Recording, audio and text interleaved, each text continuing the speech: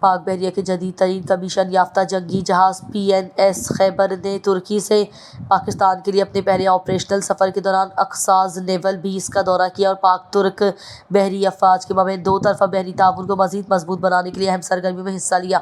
ترکی پہنچنے پر پاک بحریہ کے جہاز PNS خیبر کا پرتپاک استقبال کیا گیا۔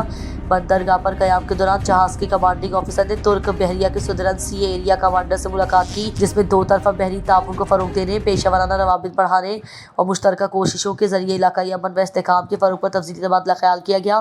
ملاقات میں اس امر پر بھی زور دیا گیا کہ بدلتے ہوئے بحری سلامتی کے تقاضوں کے پیش نظر دونوں برادر ممالک کے درمیان قریبی تعاون نہایت اہمیت کا حامل ہے۔ بعد ازاں سدرن سی ایریا کے کمانڈر اور کمانڈر اقصاص نیول بیس نے ترک نیول فورسز کے دیگر اعلیٰ افسران کے ہمراہ PNS خیبر کا دورہ کیا۔ اس موقع پر جہاز کی جدید جنگی صلاحیتوں، سینسرز، ہتھیاروں کے نظام اور آپریشنل تیاریوں سے متعلق بریفنگ دی گئی۔ ترک افسران نے پاک بحریہ کی پیشہ ورانہ مہارت اور جدید پلیٹ فارمز میں دلچسپی کا اظہار کیا۔ بندرگاہیں دورے کے بعد PNS خیبر نے پاک ترک دو طرفہ بحری مشق ٹرگوٹریس 8 میں حصہ لیا، جس میں ترک بحری افواج کے جہاز TCG ہائبرڈیا اور ایک TNF SH-70 ہیلی کاپٹر بھی شامل تھے۔